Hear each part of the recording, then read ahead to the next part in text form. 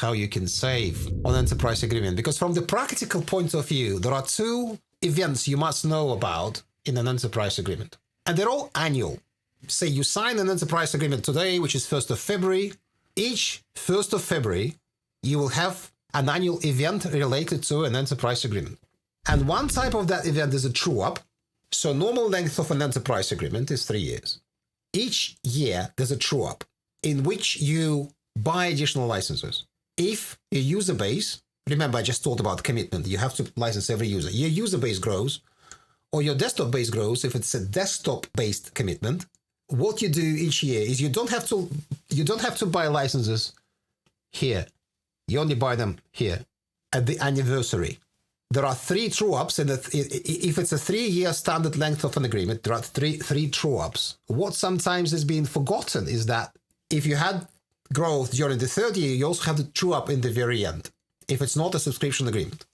By the way, if it's not a subscription agreement, obviously, if there's a perpetual licenses, there are no true downs. You can't reduce below, you can't reduce the licenses anyhow.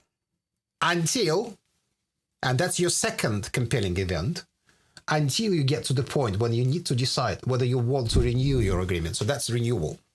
Commercially, true-ups don't really give you any negotiating advantage with Microsoft. All you can do to reduce your costs, to optimize your costs, is to make sure you calculate your true-up properly. So you don't buy something you don't need that you already use, and you are absolutely spot on with the number of users and other licenses that you true up, that you reconcile every year.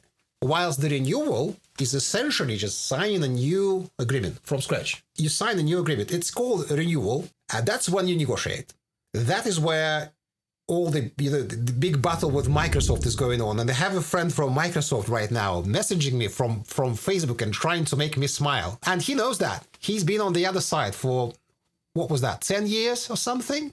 Your Microsoft account managers, they have a target to renew with about 50 to 20% uplift. They'll use all the tricks up their sleeve to make you sign a new agreement for the next 3 years with an increase. Prepare for that renewal. Understand what you want to renew, whether you want to carry on paying for software assurance in the next maintenance in the next period.